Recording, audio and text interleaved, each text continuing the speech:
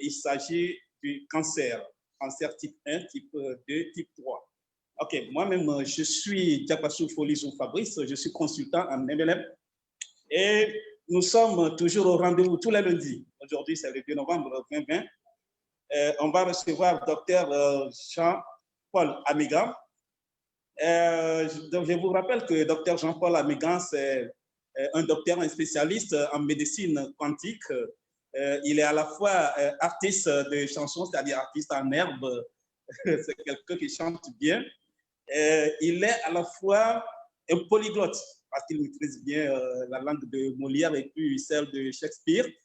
Et bon, aujourd'hui, il est sur la terre sénégalaise. Lui-même, il est togolais, résident au Sénégal.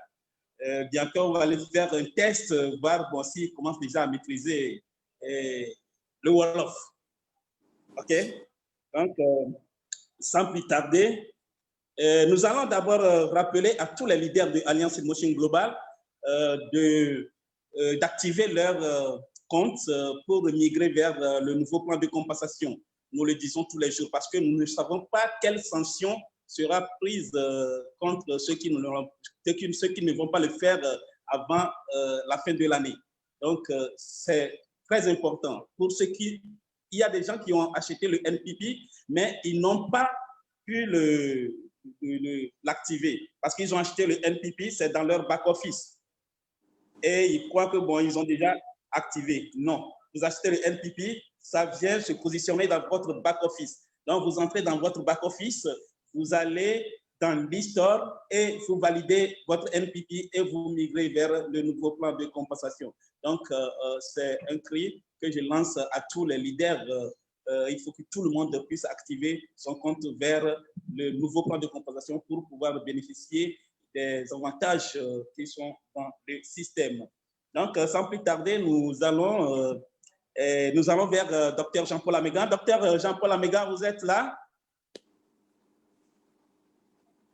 Oui, je suis là. Je suis dans la salle. D'accord. Donc, comme je viens de le dire, Dr Jean-Paul, c'est un polyglotte. Hein. Il est bien en français, il parle anglais, il parle quelques langues africaines, en l'occurrence le Milan, et puis d'autres langues aussi. Donc, on va lui faire un petit test. Docteur Nagadef. Manguifierek. Ah, vraiment. J'ai raison. J'ai raison. Donc, comme vous le voyez, bon, c'est quelqu'un qui maîtrise beaucoup de langues. Docteur Jean-Paul, aujourd'hui, vous allez nous entretenir sur le cancer de type 1, 2 et puis 3. Donc, c'est quoi même le cancer? Comment ça se passe? Comment ça se fait, les problèmes? Et comment faire pour détecter le cancer? Tout ça là. Donc, docteur Jean-Paul, vous avez la parole. Merci, merci. Bonjour la salle, bonjour aux leaders. Heureux de nous retrouver encore dans notre salle AIM pour partager quelques approches. En fait, je rectifie tout de suite. Ce n'est pas les cancers type 1, type 2, type 3. Je vais parler de cancer. Voilà, je vais parler du cancer en 3 séances différentes. La première séance, ça concerne les analyses qui sont les seules à confirmer un diagnostic et comment nous raisonnons sur les analyses et autres. La deuxième séance, qui viendra lundi prochain ou autre, c'est de savoir exactement ce qu'est un cancer. Et la troisième séance sera que faire devant un cancer. Voilà. Donc, nous sommes sur la première séance et cette première séance concerne les analyses et leurs limites. Toutes les analyses et leurs limites. Pourquoi parler des analyses et parler de leurs limites? C'est parce que les analyses ne nous disent pas forcément la vérité. Cela dépend des interprétations. Et comme j'ai l'habitude de le faire, je vais poser une question à la salle. Qui est dans la salle et qui n'a jamais eu un problème d'analyse à refaire? Qui dans la salle n'a jamais eu de problème d'analyse à refaire? OK. Donc, nous sommes, comme je l'ai toujours dit, nous sommes dans une salle de classe, tout le monde peut participer. Vous pouvez demander la parole, on vous donne le micro, ou soit vous pouvez envoyer votre réponse par écrit. OK, on est là, les leaders, réagissez. Est-ce qu'il y a quelqu'un dans la salle dont les parents ou bien lui-même n'a jamais eu à faire une analyse et qu'on lui ait demandé de refaire l'analyse ou bien d'aller le faire ailleurs? Est-ce qu'il y a quelqu'un dans la salle qui n'a jamais eu ce problème? Je vais voir. Bon, il n'y a pas encore d'intervenants. Moi, bon, je vais dire, c'était même la semaine passée. C'était la semaine passée, il y a une dame qui avait un problème au niveau du cœur et on lui avait demandé bon, une analyse. Il était allé faire ça dans l'un de nos choses là. Après, bon, quelques moments après, bon, elle est revenue encore dire que bon, on a dit que c'est pas bien fait, qu'il faut qu'elle reprenne bon, tout ça là. Donc, c'était même la semaine passée que c'était passé. Donc, on vous écoute, la salle, réagissez. Oui. Est-ce qu'il y a un seul dans la salle qui n'a jamais eu ce problème? Ce n'est pas les analyses de sang seulement, hein. Même les échographies, les radios, qui n'a pas eu à faire une analyse et qu'on lui ait demandé de refaire. Pas forcément pour le contrôle, mais pour la confirmation du diagnostic ou d'une maladie. Est-ce qu'il y a quelqu'un, que ce soit les analyses de sel ou autres, urine, par exemple, il y a quelqu'un? Oui, la salle, réagissez. On vous attend. Pour le moment, il n'y a pas d'intervenant. Pourquoi je pose ce problème? Okay. Il y a une, oui, voire même deux qui sont là. Oui, donnez-leur la parole. Il y a un ami qui a fait analyse de staphylocoque. On lui a dit de refaire plus de 3 fois. Ça vient de Tevi. Tevi doit être du côté du Togo. Allô, docteur? Oui. C'est ça, c'est la réponse. Il y a une réponse qui est là. C'est de Tevi du Togo. Il a dit, il y a un ami qui a fait l'analyse de staphylocoque. On lui a demandé de refaire plus de 3 fois. Non, c'est pas clair. Il n'y a pas d'analyse de staphylocoque. Il y a par exemple des analyses de pus ou d'urine ou d'autres choses dans lesquelles on peut trouver du staphylocoque. C'est les infections, en fait. C'est les analyses sur les infections. Et des fois, quand on fait ces analyses, ce qu'on trouve, le médecin n'est pas sûr. Parce qu'il peut se dire que c'est par contamination, par manipulation qu'on a trouvé ce gène. C'est des choses qui arrivent.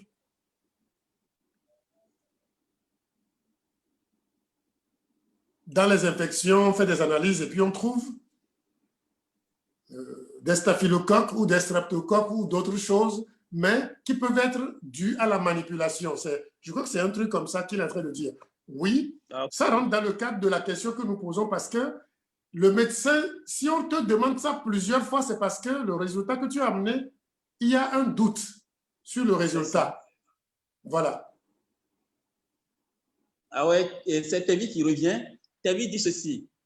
On a mis une tige dans son pénis plus de 3 fois, selon lui, que le docteur lui a dit de refaire. Oui, et ça aussi, c'est ce que je disais, c'est l'écouvillonnage. C'est-à-dire, on fait un prélèvement urétral, on prélève dans l'urètre du pénis pour voir, parce qu'il a un problème de brûlure ou de picotement ou un problème urinaire, et on veut savoir si vraiment il y a une infection. C'est ça qu'il a refait plusieurs fois. Soit on n'est pas sûr du diagnostic et on le refait, soit on lui met un traitement et on lui demande de faire un contrôle pour s'assurer que cela a guéri. Mais je ne parle pas des contrôles. Je parle, dans ce cadre, je parle des analyses qu'on fait pour la première fois et dont le médecin n'est pas sûr. Il y a Francine aussi qui écrit ceci. Bien sûr que j'ai refait pour différentes analyses. Oui, Ça, c'est d'autres cas. C'est-à-dire, tu fais une analyse, le médecin passe à quelque chose, il te demande une analyse à faire, tu l'amènes, le résultat n'est pas ce sur quoi il s'attendait, et ça l'oblige à demander d'autres analyses. Ce n'est pas dans ce cadre. Je parle du cas où on fait la même analyse et on te demande de refaire l'analyse pour s'assurer. Oui, effectivement, docteur.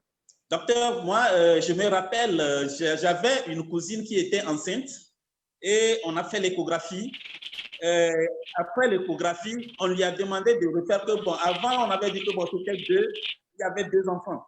Après, on lui a dit de reprendre. Et quand ils ont repris, ils ont dit que non, c'est seulement un. Bon. Et concernant l'échographie, moi-même, je peux vous dire, il y a une fille à Lomé que je nomme aujourd'hui, je l'ai toujours nommée Fibrome, parce que sa maman était préparée pour être opérée un lundi. Et le vendredi, moi, je la rencontre. Elle me dit, lundi, elle sera opérée de fibrome. J'ai dit, OK, si c'est comme ça, passe dans mon bureau, je vais jeter un coup d'œil. Elle m'amène toutes les analyses préopératoires et tout, et son échographie. J'ai dit, bon, j'avais un échographe dans mon bureau, je sais le manipuler, et j'ai dit, couche-toi, je vais voir.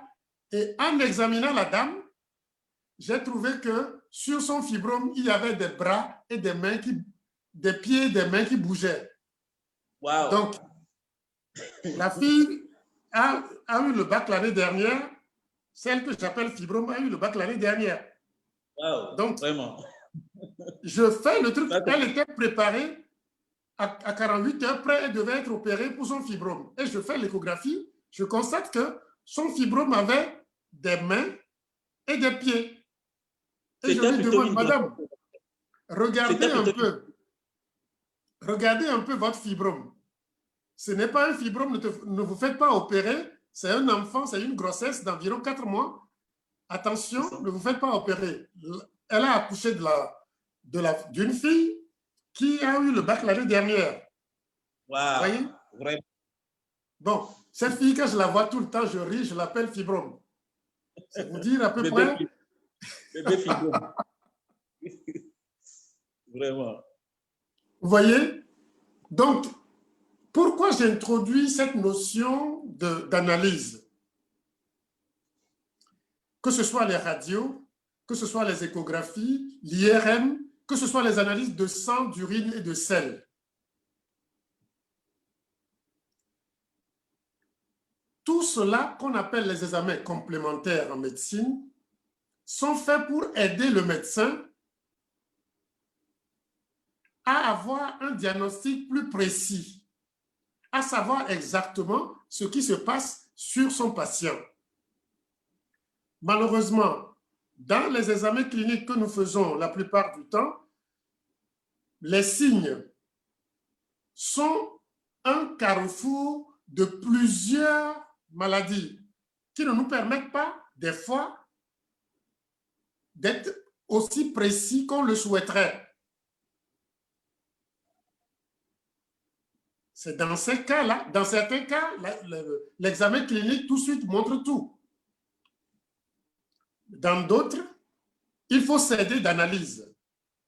Et malheureusement, ces analyses qui devaient nous aider des fois à être plus précis nous mettent encore en doute.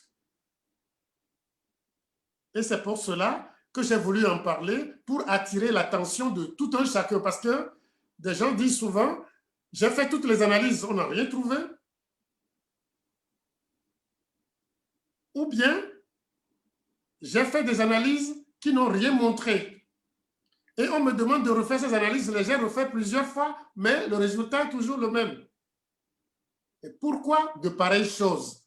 Pourquoi de pareilles situations? On vient de parler de l'échographie tout à l'heure. Quelqu'un a parlé de son prélèvement urétral.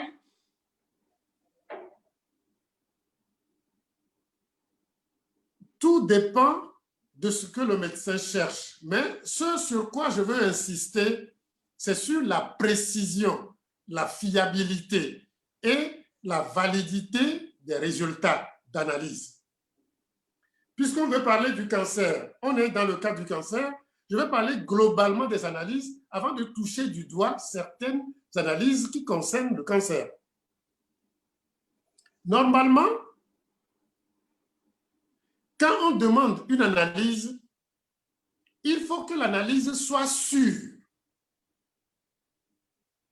Je dis bien, il faut que l'analyse soit sûre. Pour qu'elle soit sûre et précise, il va falloir que le test qu'on demande soit fiable. Qu'est-ce qu'on appelle fiabilité? C'est de ça que nous allons parler. Lorsque je veux demander une analyse pour poser le diagnostic d'une maladie, il va falloir que ce que je demande ne concerne que cette maladie-là. Ce que je vais trouver ne concerne que cette maladie-là. Et rien d'autre. Tous ceux chez qui je vais trouver ce que je demande là sont des victimes d'une maladie précise. Imaginez par exemple que je prenne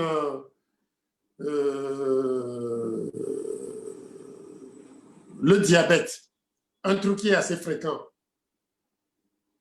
Lorsque je demande la glycémie, chaque fois que la glycémie monte, ça veut dire que la personne, à partir d'un taux, ça veut dire que la personne a le diabète. Et chaque fois que je vais trouver ça, je dois pouvoir dire que la personne a un diabète. Si je ne trouve pas sur quelqu'un, ça veut dire que la personne n'a pas de diabète. Je répète, lorsque je demande la glycémie chez quelqu'un et que les chiffres sont supérieurs à un taux,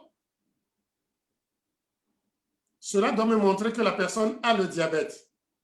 Si ce n'est pas le cas, la personne ne l'a pas.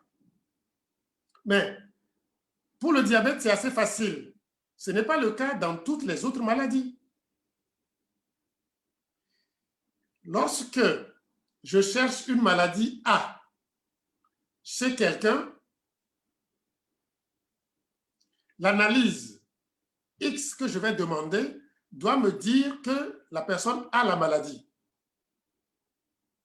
Si la personne ne l'a pas, il n'a pas la maladie.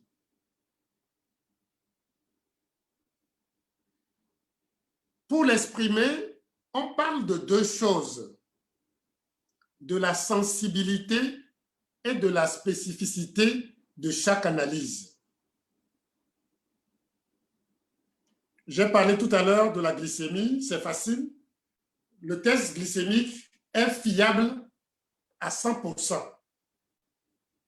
Si je trouve le taux élevé chez quelqu'un, il a le diabète. Si je n'en trouve pas, il n'a pas le diabète. Mais imaginez que je cherche la pancréatite, par exemple, ou bien une hépatite chez quelqu'un, chez un patient, par exemple. Je cherche une hépatite, l'hépatite virale, chez quelqu'un, par exemple. Je ne le trouve pas. Cela suppose que la personne n'a pas l'hépatite. Si je le trouve, il a l'hépatite virale. Si je ne trouve pas, par exemple, l'hépatite B, il ne l'a pas. Mais le danger de ces analyses, c'est ceci. Des fois, l'analyse n'est pas fiable à 100%. C'est-à-dire, normalement, tous ceux qui font l'hépatite virale, si je leur demande l'antigène de l'hépatite virale, on doit trouver ça sur tout le monde. On me dit que quelqu'un souffre, des gens souffrent d'hépatite, et j'ai l'analyse de l'hépatite que je dois demander. Lorsque je le demande, tous ceux qui sont malades d'hépatite doivent, le résultat doit être positif chez tout le monde. Et ceux qui n'ont pas l'hépatite, le résultat de l'analyse là doit être négatif chez tout le monde. Souvent, ce n'est pas le cas. Certains ont la maladie, mais on fait l'analyse et on ne trouve pas le test positif. D'autres n'ont pas la maladie, on fait l'analyse et on trouve le test positif chez eux. D'ailleurs, je vous donne un exemple simple. D'ailleurs, que nous avons maintenant le Covid. Dans le Covid, la sensibilité est entre 56 et 83%. C'est-à-dire que si vous prenez 100 personnes qui souffrent de Covid, le test sera positif seulement chez 56 à 83 personnes. Ça veut dire que chez 17 à 44 personnes, le test peut être négatif. Vous voyez, pourtant, ils ont le Covid. Je vous donne un exemple précis. On dit, on fait le test de Covid aux gens parce que c'est contagieux, tel, et on doit confiner les gens. Mais le test en lui-même a une sensibilité entre 56 et 83%. Ce qui veut dire que si je prends 100 personnes qui souffrent de Covid normalement, seul le test peut me dire que 56 ont le Covid ou bien environ 83 ont le Covid. C'est-à-dire que 17 à 44% peuvent ne pas avoir le test positif alors qu'ils ont le Covid. C'est-à-dire, on aura des faux négatifs. Vous voyez le danger? Maintenant, la spécificité, c'est quoi? Lorsque je prends les gens qui n'ont pas cette maladie, le test là, puisque la maladie est supposée grave, le test doit me montrer que ceux qui n'ont pas la maladie n'ont vraiment pas la maladie. Mais là aussi, il peut arriver que quelqu'un qui n'a pas la maladie se retrouve avec un test positif. C'est ce qu'on appelle la spécificité. La sensibilité, c'est montrer que ceux qui sont malades sont vraiment malades. La spécificité, c'est montrer que ceux qui sont sains sont vraiment sains. Mais il peut arriver que ceux qui sont malades soient négatifs, c'est des faux négatifs, et il peut arriver que ceux qui ne sont pas malades soient positifs, c'est des faux positifs. Les deux choses que je dis là sont tellement importantes dans l'interprétation des résultats. Qu'est-ce que ça veut dire? Lorsque je demande une analyse à un laboratoire et qu'on m'envoie le résultat qu'on m'envoie n'est pas l'important. Quelle est la chance pour que le résultat que j'ai devant moi soit le résultat vrai du malade que j'ai devant moi? Parce que c'est basé sur ça que je vais le soigner. C'est basé sur ça que je vais prendre des décisions. Mais ce qu'on ne vous dit pas souvent, c'est que les analyses ont des problèmes. Je vous ai parlé entre-temps d'un test qu'on fait au Togo pour le sida, qui a une sensibilité à 100%. C'est-à-dire, si on prend 100 personnes qui ont le VIH, on verra 100 positifs. Le bémol, c'est que quand vous prenez ceux qui ne l'ont pas, il y a 99,3%, non, 99,3% seulement qui seront déclarés n'avoir pas le sida. Donc, 0,7% seront déclarés positifs. Alors qu'en fait, ils ne l'ont pas. Quand on le voit comme ça, on va se dire 99,3%, c'est bon. Mais attention, il s'agit d'une maladie grave, supposée incurable aujourd'hui. Les gens vivent avec, mais imaginez dans le temps, ou c'était supposé incurable. Ça veut dire que quand vous dites à quelqu'un que tu as cette maladie, vous le condamnez à mort. Mais quand on dit 99,3%, les gens se disent, mais tiens, non, 99,3%, c'est bon. Mais ce que vous ne savez pas, c'est que s'il n'y a pas de pourcentage chez les humains, c'est des individus. Ça veut dire tout simplement que si je prends 1000 personnes qui n'ont pas le sida et qui font ce test-là, il y a 7 qu'on va déclarer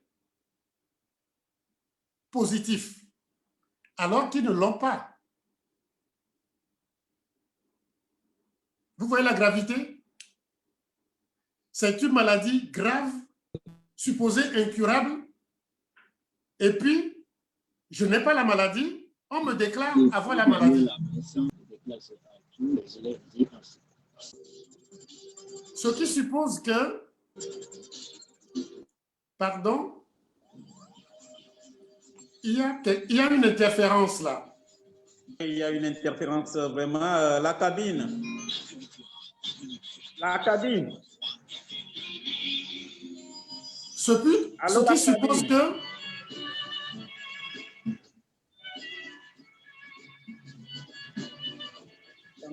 Docteur, vous pouvez continuer. Je vais demander à la cabine de vous aider à éliminer les soins.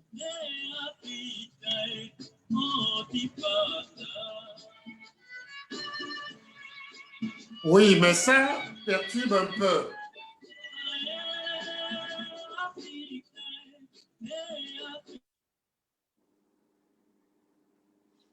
Merci. Je reviens là-dessus, ce qui suppose que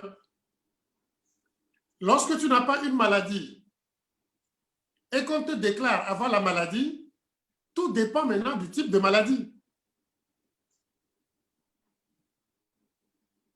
Tout dépend du type de maladie. S'il s'agit d'une maladie grave, incurable, tu es foutu parce qu'on va te mettre des traitements, on va te mettre plein de choses et psychologiquement d'ailleurs, tu es condamné à mort. Donc, les analyses doivent être tellement précises. C'est pour cela que j'insiste là-dessus. Avoir un résultat d'analyse du laboratoire ne veut en fait rien dire.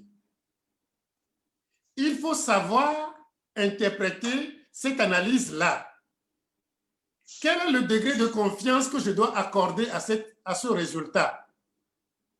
C'est-à-dire, quelle est la chance pour moi que le résultat que j'ai soit vraiment un bon résultat, fiable?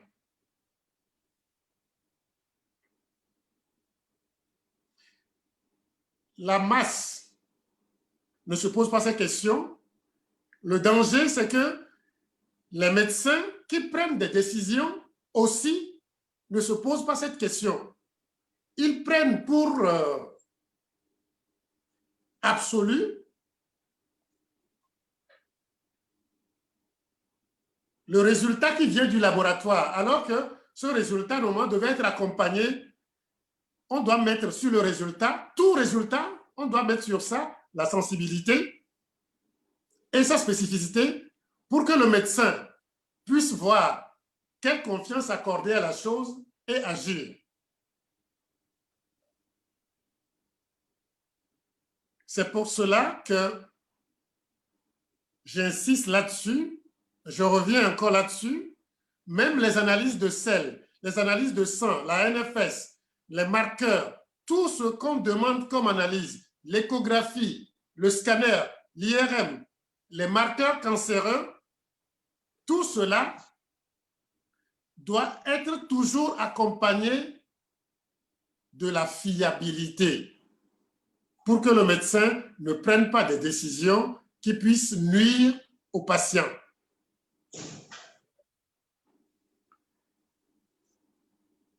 Je le répète, la sensibilité est la chose qui montre que vous avez la maladie. Mais s'il y a des faux négatifs, c'est dangereux. La spécificité montre que vous n'avez pas la maladie. Mais s'il y a des faux positifs, on va vous soigner pour rien. Imaginez que vous ayez des maladies qui vous condamnent ou bien dont le traitement est lourd. Vous allez vous endetter pour rien, vous allez vous ruiner pour rien et peut-être vous allez mourir pour une maladie que vous n'avez pas.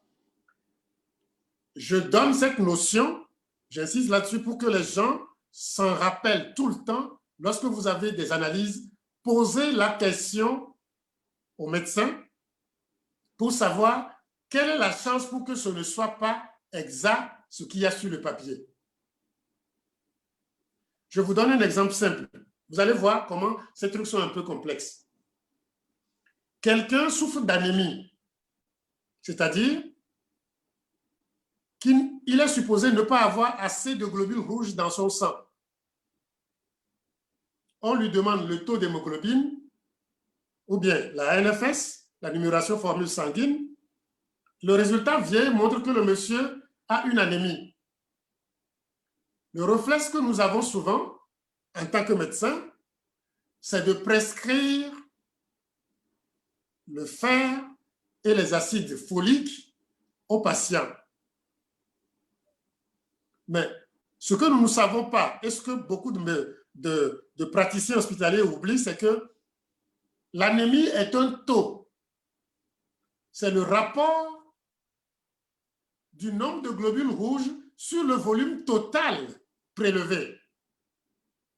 C'est une masse globulaire. C'est une masse volumique, en fait. Donc, c'est un rapport. Et c'est à partir du rapport qu'on décide que tel est anémié ou pas. Mais ce rapport se fait sur quel sang? C'est du sang qui circule. Imaginez que la personne a des caillots de sang, une grande partie de son sang est coagulée. Si vous prenez son sang et vous voyez qu'il est anémié, vous lui mettez du fer et les folates, vous allez l'empoisonner. Pourquoi? Parce que, en fait, il n'a pas moins de globules rouges. Mais la grande partie des globules rouges sont prises en masse.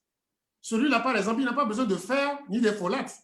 Il a besoin qu'on dissolve les caillots qu'il a. Et son anémie va se corriger. En lui donnant du fer, on l'empoisonne. Mais c'est à partir du résultat. Donc, du laboratoire, l'ingénieur de laboratoire ou bien le médecin biologiste ne pourrait pas, lui, marquer sur le résultat anémie sévère à partir du taux de globules rouges seulement. Il ne peut pas le dire. En le disant, il induit le prescripteur en erreur. Regardez ceci aussi. Quelqu'un fait une diarrhée. Il fait une diarrhée, pourtant il est anémié, on ne savait pas. On lui a demandé la NFS et le résultat vient, on trouve que le taux de globules rouges est normal. Le taux d'hémoglobine est normal. Quelqu'un qui perd beaucoup d'eau et on amène son résultat, on trouve que le nombre de globules rouges, ou bien, pardon, le taux d'hémoglobine est normal, en fait, c'est une fausse normalité. Il faut que le médecin qui a prescrit ça puisse l'interpréter correctement. Sinon, il a un résultat normal et le patient va mourir d'anémie. Autre chose, lorsque quelqu'un souffre d'insuffisance rénale, dialysé, et vous allez constater que chez les dialysés, tout le temps, les gens sont anémiés. Tout le temps, ils sont anémiés. Pourquoi? Parce que le globule rouge circulant est peu. Ils ont beaucoup plus d'eau sur eux. Donc, le rapport du nombre de globules sur le volume globulaire montre qu'ils sont anémiés. Mais est-ce que les gens pensent que c'est en leur donnant du fer et il consort qu'on va corriger leur anémie. C'est ce qui se fait. Alors que normalement, l'interprétation devait être totalement différente. Vous voyez, un résultat de laboratoire, en mettant les normes qui ne sont que statistiques, qui ne sont que probabilités, n'aide pas véritablement le médecin si lui-même, il ne sait pas interpréter ces résultats. On voit les normes, on dit non, non, non, il est dans les normes, il n'est pas dans les normes, il est ceci, il est cela. C'est facile. Les analyses sont beaucoup plus complexes. Ce que j'ai voulu insinuer, c'est que un résultat ne sert que lorsqu'il est correctement interprété. Je vous dis autre chose, pour les radios par exemple. Quelqu'un a des douleurs du bas du dos, douleurs lombaires. Il fait une radio. Il fait une radio et puis on lui dit, un instant, hein, un instant. OK. D'accord. Je suis en conférence. Je suis en conférence. Non, non, non, c'est pas chez moi.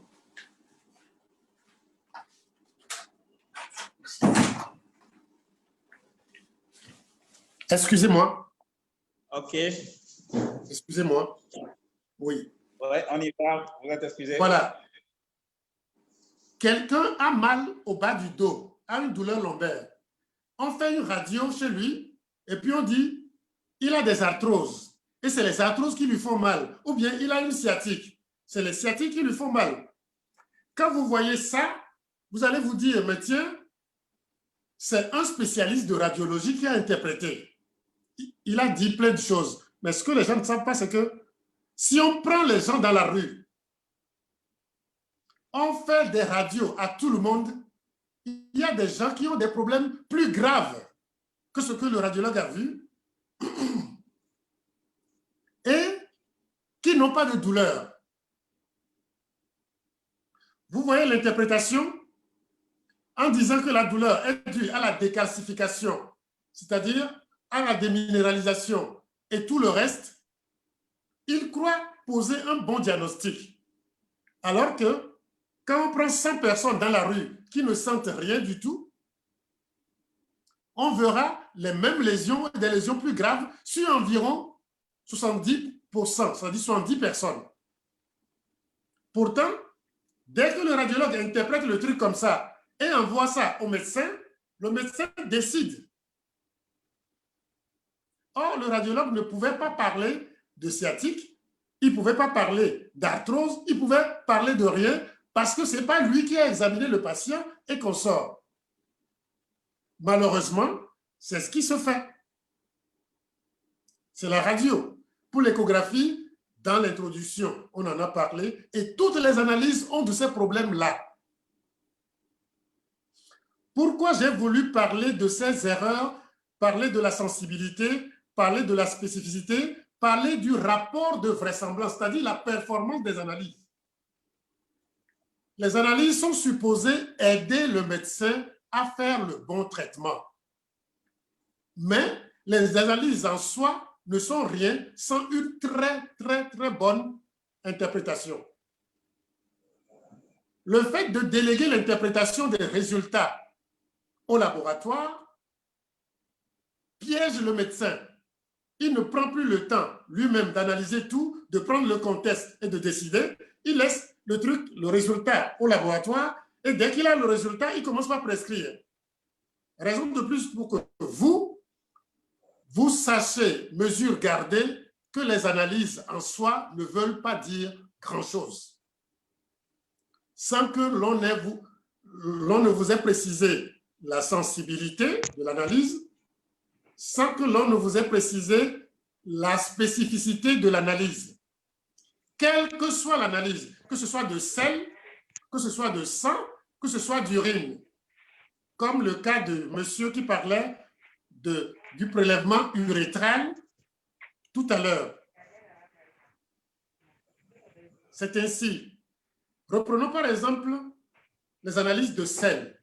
Normalement, pour déclarer une analyse de sel négative il faut apporter toutes les selles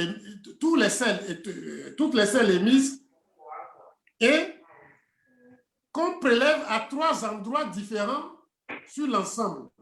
On fait 3 échantillons sur la quantité émise. On l'analyse. Le premier jour, on ne trouve rien.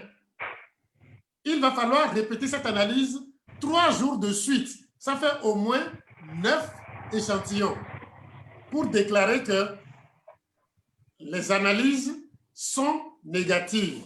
On n'a rien trouvé dans les selles. Mais vous tous, vous savez que ce n'est pas ce qui se fait. On amène un échantillon, on dit on n'a rien trouvé. Même des fois, quand on fait l'analyse, les cristaux de Charcot-Leyden qui sont dans les selles, on ne prend même pas le temps de lire. On se contente du résultat négatif. Et le patient continue à souffrir. Je le répète, les analyses posent ce problème-là, toujours. Et il va falloir laisser et discuter avec votre médecin pour que vous puissiez avoir exactement le résultat qui vous concerne, la précision du résultat qui vous concerne. Quand j'ai parlé de sensibilité, j'ai parlé de spécificité, il y a des termes qu'on utilise qui sont un peu barbares, qui veulent dire ceci. La VPP, c'est-à-dire la valeur prédictive du test positif. Lorsque j'ai un résultat positif dans ma main, quelle est la chance pour que ce soit le résultat positif de mon patient? Et lorsque j'ai un résultat négatif, quelle est la chance pour que ce résultat négatif-là soit le résultat de mon patient? C'est pour ça qu'on parle tout le temps de rapport de vraisemblance. Ça demande à ce qu'on réfléchisse par 2, par 3, par 4 fois avant de dire à quelqu'un que vous avez telle maladie ou telle autre lorsque l'analyse n'est pas assez précise, fiable et valide, comme on le dit. Quand je parle de fiabilité et de validité, si je vous prends par exemple la pression artérielle, la tension qu'on prend, la mesure avec les tensiomètres que nous avons souvent, les sphygmomanomètres, n'est pas assez fiable parce que tant qu'on change les appareils, les résultats aussi changent. Alors qu'on devait avoir le même résultat. La validité veut dire quoi? Quelle est la différence entre ce que l'appareil me montre et la réalité? Pour l'hypertension, par exemple, ce n'est pas très valide parce que pour avoir la vraie pression artérielle, il faut introduire un capteur dans les vaisseaux, dans l'artère, ce qu'on ne fait pas. Donc, c'est approximatif. Ce qui fait que lorsqu'on dit à quelqu'un qu'il n'a pas l'hypertension, ça ne veut rien dire absolument. Vous voyez que c'est compliqué. C'est très compliqué d'avoir des résultats assez précis, des résultats qui nous permettent de décider. Il y a certains, dans certains cas, comme dans le diabète et autres, on peut décider, mais dans d'autres, dans la majorité des cas, il y a des problèmes. C'est pour ça, le médecin doutant va vous demander, refaites-moi l'analyse là, refaites-moi ceci, refaites-moi cela, parce que les analyses ne sont pas tout le temps fiables et ne sont pas valides. Ceci dit, pour le cancer,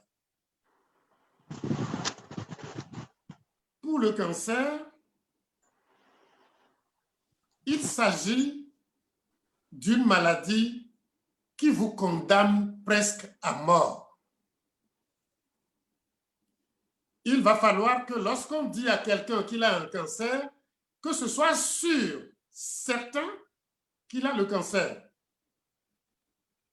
Et quand on dit à quelqu'un qu'il ne l'a pas, il faut que ce soit aussi sûr qu'il ne l'a pas. Sinon,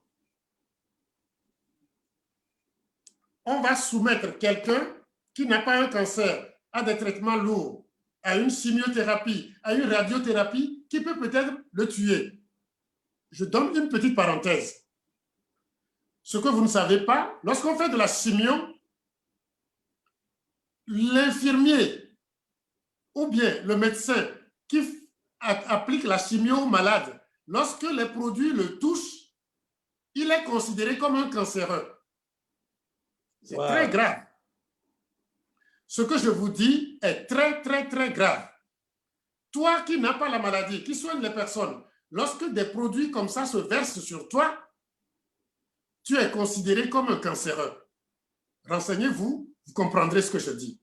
C'est pour ça d'ailleurs, pour appliquer ces traitements, on met plusieurs gants, plusieurs protections pour préparer la chimio avant de l'injecter. Vous voyez la dangerosité? Ce qui n'est pas bien pour un bien portant, je ne sais pas comment ça peut être bien pour un malade. Donc, le problème qui se pose là, c'est qu'il faut s'assurer que lorsque vous dites à quelqu'un qu'il a un cancer, que ce soit vraiment sûr qu'il a un cancer, que ce ne soit pas un faux positif. Que ce ne soit pas un faux positif, sinon vous le condamnez pour rien. Je vais vous donner un exemple, l'exemple des dépistages que les gens s'amusent à faire comme ils veulent. Lorsque on dit il y a une campagne de dépistage, on se lance dedans à faire Octobre était rose passé, mais cet Octobre rose peut sentir le roussi. Je fais cette nuance parce que quand on parle aux gens, on dit aux gens, il faut aller faire la mammographie et autres, ils ne savent pas ce que c'est. Ils ne savent rien sur la dangerosité d'aller soi-même faire l'analyse là, sans que l'on ait véritablement rien. Même si dans notre famille, quelqu'un a déjà souffert de ça, ou bien ma maman est morte de ça et autres. Dites-vous que vous avez de la chance d'être dans l'AIM et que vous ne devez pas attendre qu'un médecin pose un diagnostic avant de commencer par prendre les produits. Vous allez comprendre la nuance. Aujourd'hui, quand je parle des analyses, je suis précis. J'attire votre attention là-dessus. Que ce soit les marqueurs cancéreux, que ce soit les autres analyses, faites très, très, très attention. Ceci pour vous dire que la sensibilité et la spécificité de la mammographie, par exemple, fait douter. Je dirais simplement, fait douter. Le pire, c'est que la mammographie elle-même peut vous induire le cancer. Vous voyez comment c'est dangereux? Mais ça, on ne vous le dit pas.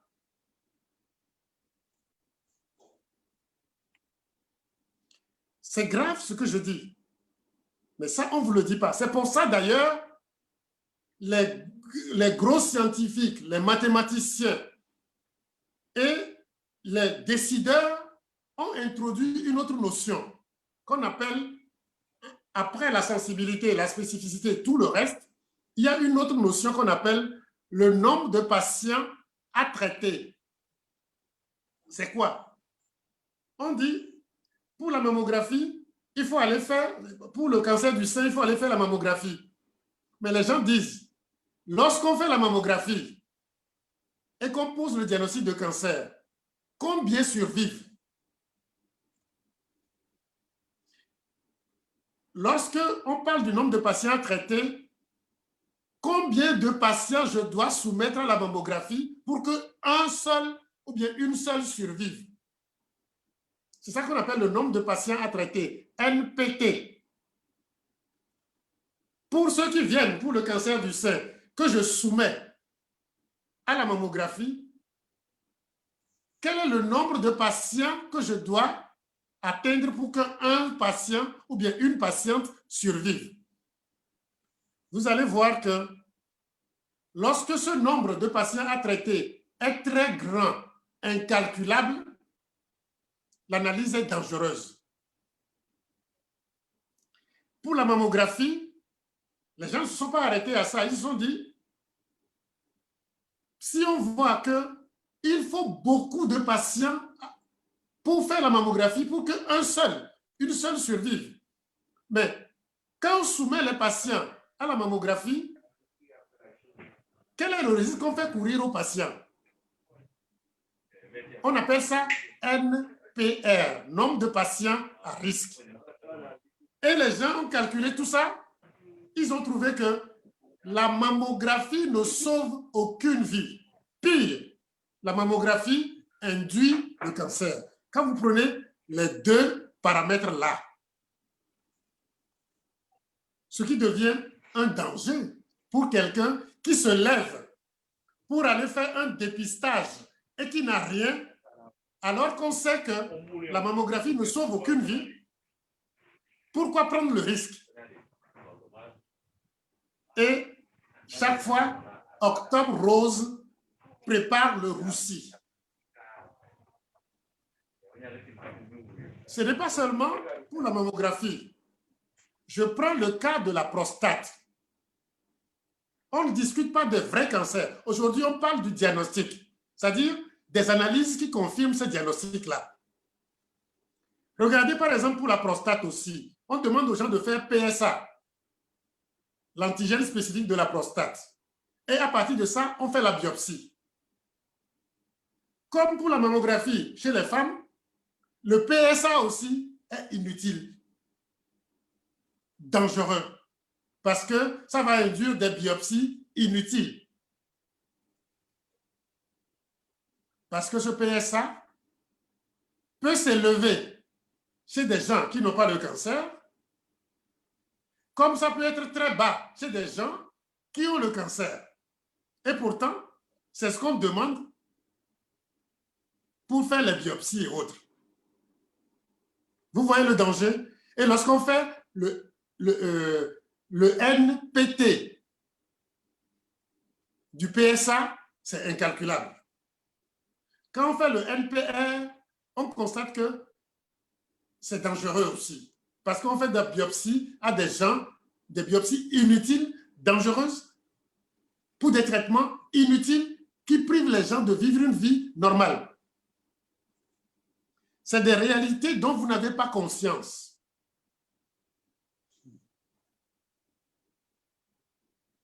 J'attire votre attention sur les analyses. Parce que vous avez de la chance, ou que vous soyez bien portant ou malade, c'est la même chose. Et ce ne sera que les doses à changer.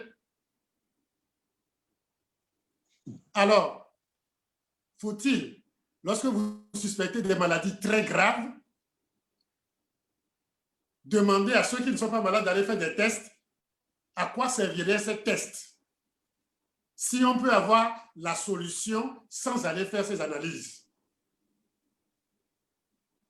Les produits AIM permettent de prévenir ces problèmes, de les traiter correctement, de les guérir.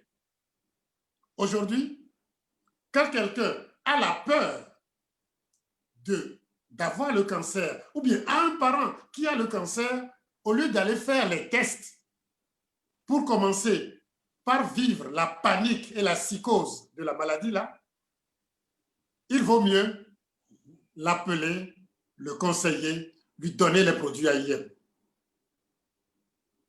Vous lui aurez rendu un grand service et qu'il le prenne pendant 3-6 mois correctement avant, s'il veut s'aventurer à aller faire forcément ces tests, d'aller le faire. S'il veut. Parce que certaines analyses, non seulement ne sont pas fiables, mais sont très, très, très, très, très dangereuses. Comme je vous le dis, le docteur Ablin, qui a découvert Le PSA lui-même l'a dit il y a 5 ou 6 ans, que prendre le PSA pour faire les biopsies, c'est comme jouer au loto. Celui qui l'a découvert, c'est un Américain. Lui-même, il dit ça. Pourtant, c'est ce qu'on vend tous les jours. Concernant la mammographie, on a amélioré tellement aujourd'hui. On a modernisé la mammographie, on l'a numérisée. Au point où, ce qu'on ne pouvait pas voir il y a des années, on les voit. Et le pire, c'est qu'il y a une surestimation du diagnostic. Chez des gens qui ont des problèmes, qui n'évolueront jamais, qui n'entraîneront rien toute leur vie, on les prend pour des malades de cancer, on les bombarde de chimio, on les bombarde de radiothérapie et tout. Et c'est peut-être les traitements, comme je vous l'ai dit, qui va les tuer. Parce que la panique est là. Je le répète, dans une maladie qui n'a pas de traitement, qui est grave, il faut prendre en compte la spécificité. C'est-à-dire, lorsque vous dites à quelqu'un qu'il a la maladie, que ce soit sûr qu'il a la maladie. Quand vous lui dites qu'il n'a pas la maladie, que ce soit sûr qu'il n'a pas la maladie. La spécificité, c'est ça le problème. Mais si la spécificité du diagnostic n'est pas bonne, vous allez condamner des gens normaux à la mort.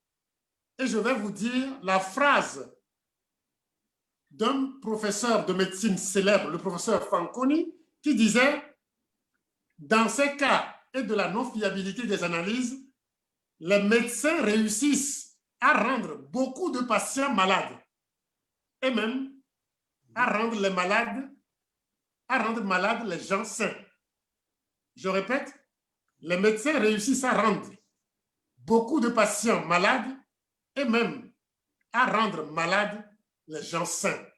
C'est grave, c'est très grave, parce que c'est des condamnations à mort. Si j'ai voulu faire cette introduction, c'est pour vous dire qu'on a de la chance, puisqu'on a la solution.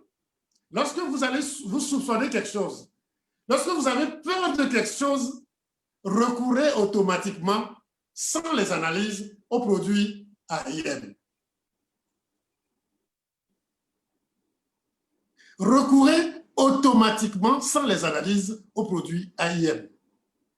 Et vous allez voir que vous n'avez plus à avoir peur, à vous inquiéter pour votre avenir. Mieux, lorsqu'on vous dira même que vous avez la maladie, les produits AIM seront toujours utilisés à forte dose, même dans les cas de mort imminente. Mais pour comment faire, c'est la dernière émission sur le cancer. C'est dans la dernière émission sur le cancer que je vais en parler. La semaine prochaine, je vous parlerai précisément des définitions du cancer et pour que vous compreniez un peu les erreurs. Ce n'est pas seulement sur les analyses. C'est dans le concept même, la définition même de ces maladies, il y a problème. Et la semaine prochaine, je ferai tout pour que vous compreniez exactement ce qu'est un cancer. Et je vais le faire comme j'ai l'habitude de le faire, comme ce qui se passe dans la nature. Je vous l'ai dit, nous sommes la nature. Nous sommes dans la nature et la nature est en nous. Tout ce qui se passe en nous, c'est ce que nous voyons dehors.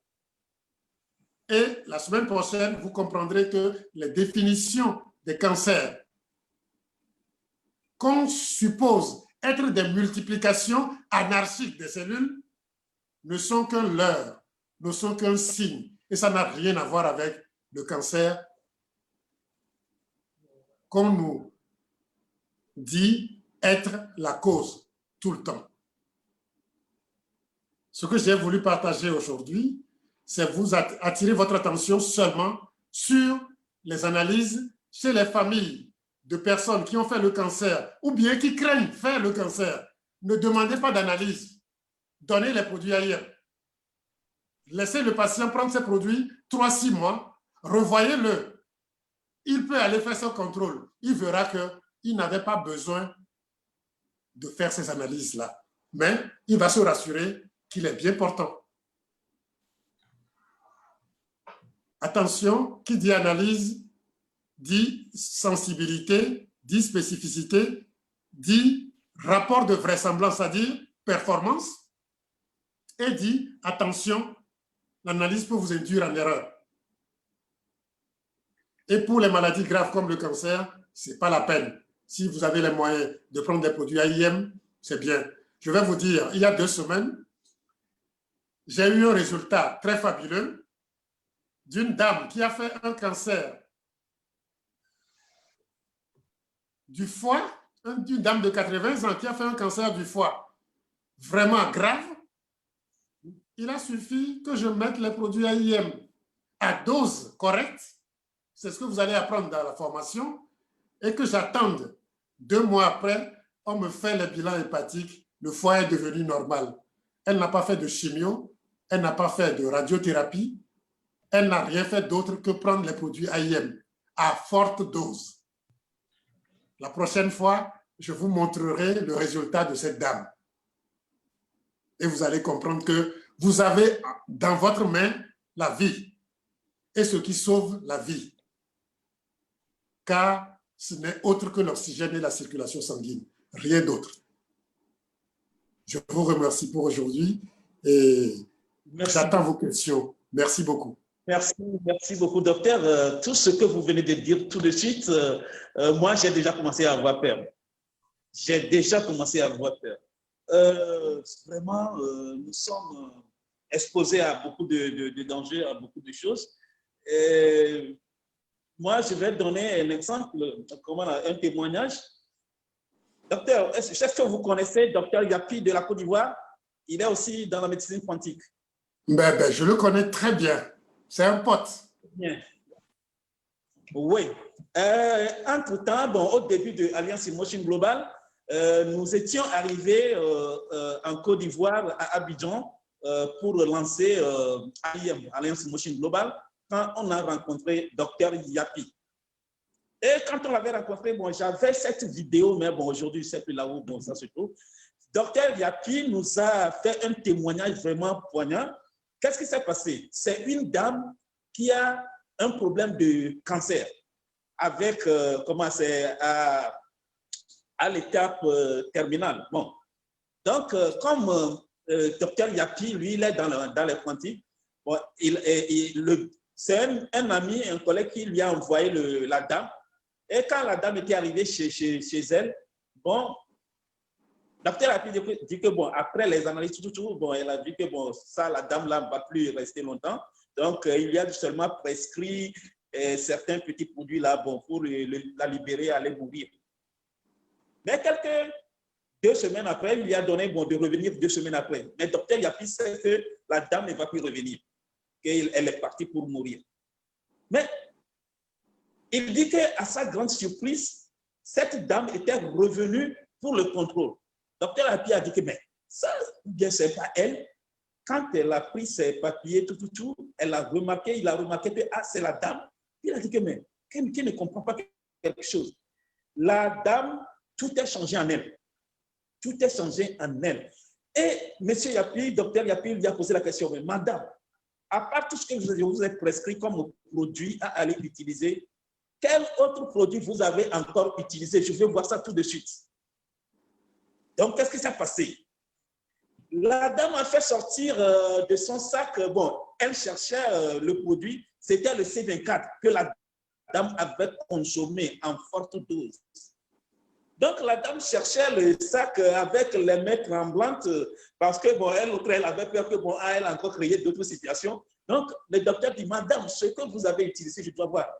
Donc, c'est comme ça que la dame lui a dit que, monsieur le docteur, c'est un ami qui m'a présenté un produit, que c'est venu du Togo, c'est ça. Et en même temps, il a demandé le téléphone du monsieur qui lui avait présenté le produit. Et monsieur, c'est Youssef, je crois, oui, ça dit Youssef. Il se nomme Youssef. Donc, immédiatement, docteur Yapi a appelé Youssef. Youssef était arrivé, dit que vous avez donné un produit à mon patient ou bien à ma patiente. Donc, est-ce que je peux voir ce produit-là? Youssef est retourné chercher le C24. Dr Yapi a pris le C24, allé analyser tout. On a fait l'analyse de la dame, on a tout fini. La dame est devenue saine, la dame est devenue comme une jeune dame. Ce que Dr Yapi avait vu après ces analyses, c'est devenu le contraire. La dame est devenue, s'est rajeunie. Et depuis ce jour-là, Dr Yapi a pris 7 kits. Et c'est un monsieur qui est toujours occupé. Mais le jour où nous étions arrivés à Sokosé pour les présentations autres, ce monsieur, ce docteur a venu témoigner et puis il était venu, il était monté en scène, il a parlé et il a dit bravo aux produits de Alliance Innovation Global. Donc, moi, c'est le petit témoignage que je voudrais porter. Non, mais Yapi, je le connais très bien. Il s'appelle Patrice Didier Yapi, docteur Patrice Didier Yapi. Et c'est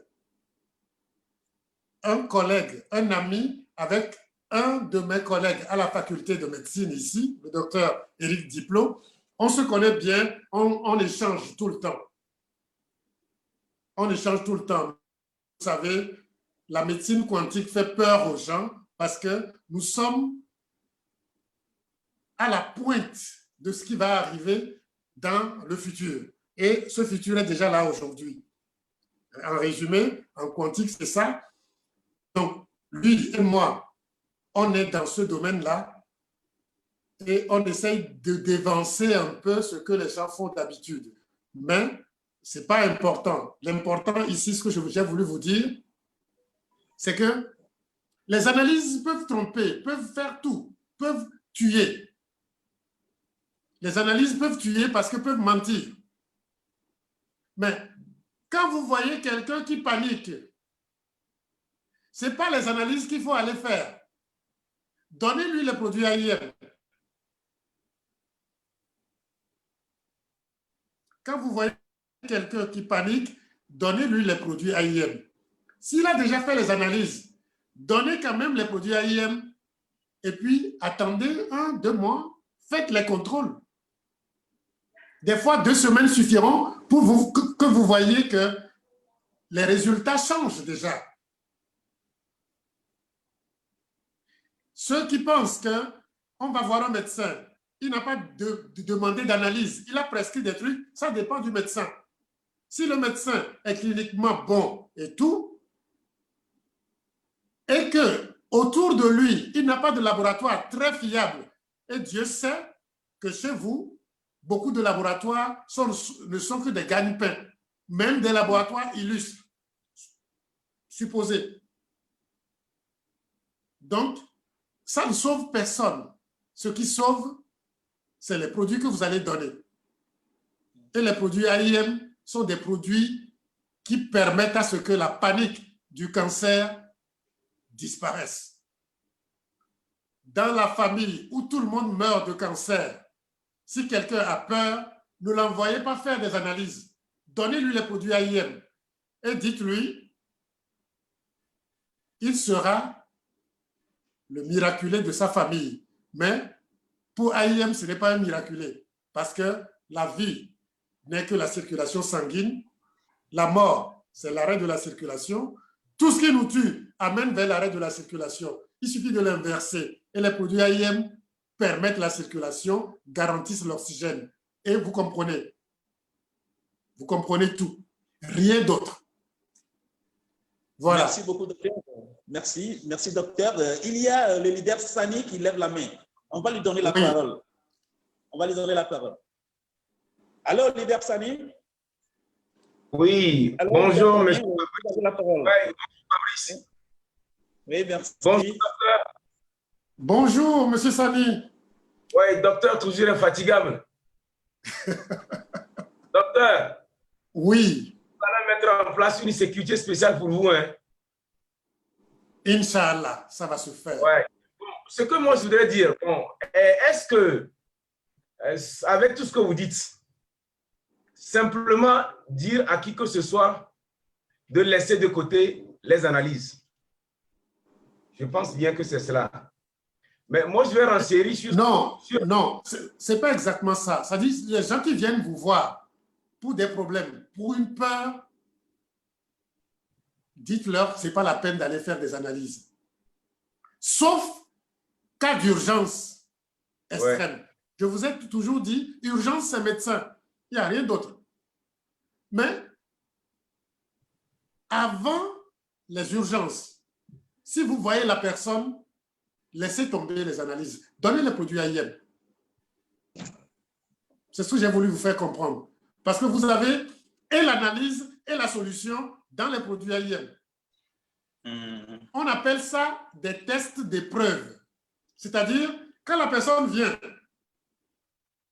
et tu penses à quelque chose, tu lui donnes des produits. Si les produits marchent, ça veut dire que ce à quoi tu penses est bon. Or, les produits AIM sont bons partout.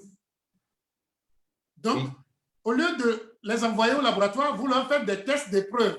C'est-à-dire, vous donnez les produits AIM et puis, vous voyez le résultat et vous confirmez ce que vous pensiez. AIM englobe toutes les maladies là. Voilà. Votre test s'appelle test d'épreuve. C'est un mot technique. C'est-à-dire, tu penses à une maladie, mais tu n'as pas la preuve. Oui. Tu donnes le traitement de la maladie. Si ça disparaît, ça veut dire que c'est vraiment la maladie. Mais vous avez la clé pour toutes les maladies. Si la personne vient, faites des tests d'épreuve. Et puis c'est fini. Vous comprenez? Merci, docteur. Vous êtes laboratoire et thérapeute en même temps. OK. Voilà. Docteur, monsieur Fabrice, une seconde, s'il vous plaît. Docteur, oui. Bon, il y a un de mes formateurs qui me dit que c'est un danger pour un individu de se lever et d'aller faire des bilans. Et il a dit que c'est la même chose pour même nos véhicules.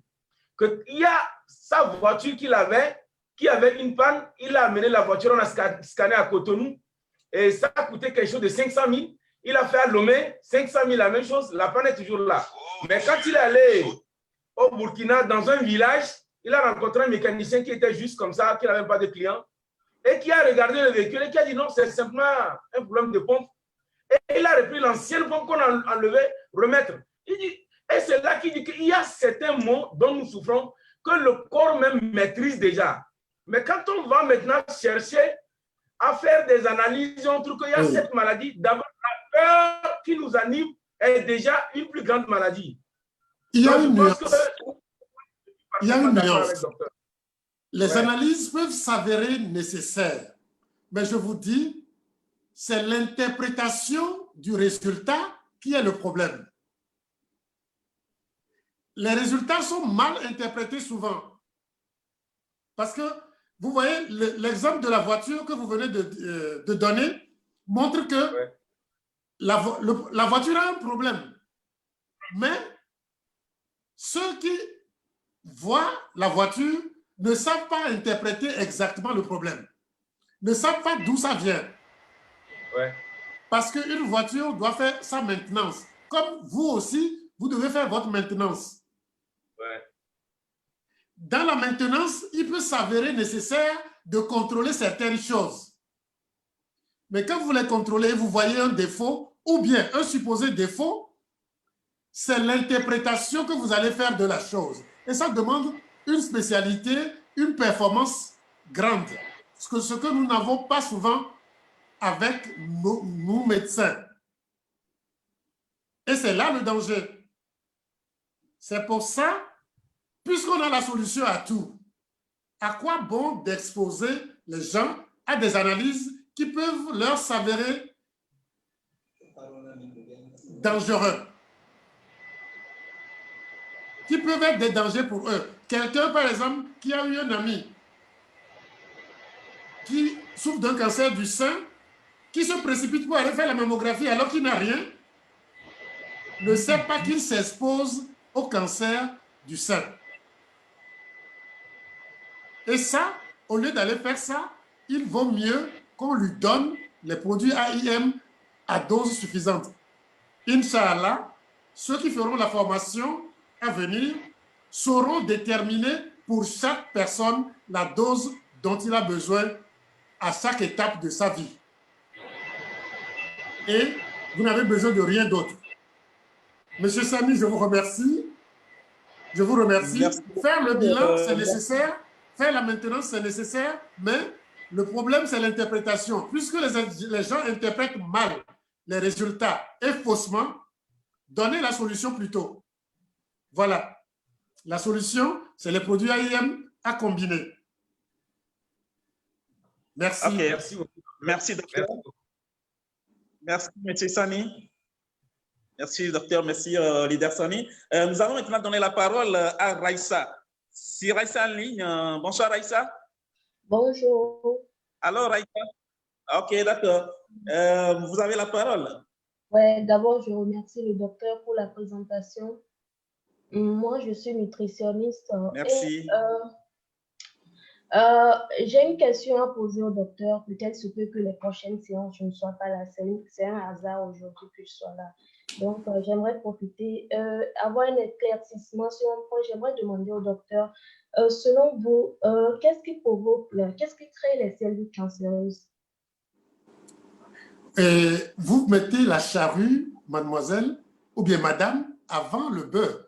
Je vous ai dit qu'il y aura le cancer en 3 séances. Aujourd'hui, c'est les problèmes d'analyse. C'est pour cela que je l'ai dit à l'avance qu'il se peut que les prochaines, c'est parce que souvent, souvent je ne suis pas à la maison. C'est vraiment bon, et là, ce n'est pas parce que vous ne serez pas là que nous, on va mettre la charrue avant le beurre, parce que c'est toute une démarche pédagogique. Autre chose, vous avez dit que vous êtes nutritionniste. Vous êtes médecin? Je ne suis pas médecin, je suis nutritionniste. Bon, quand on n'est pas médecin, on ne peut pas être nutritionniste. Un nutritionniste, c'est un médecin qui a fait la nutrition. Il y a une nuance entre les deux. Vous êtes diététicienne, peut-être. Mais nutritionniste, tel que vous le dites, c'est des mots. C'est comme, par exemple, quelqu'un va dire « je suis pharmacien ». Pharmacien veut dire « docteur en pharmacie ».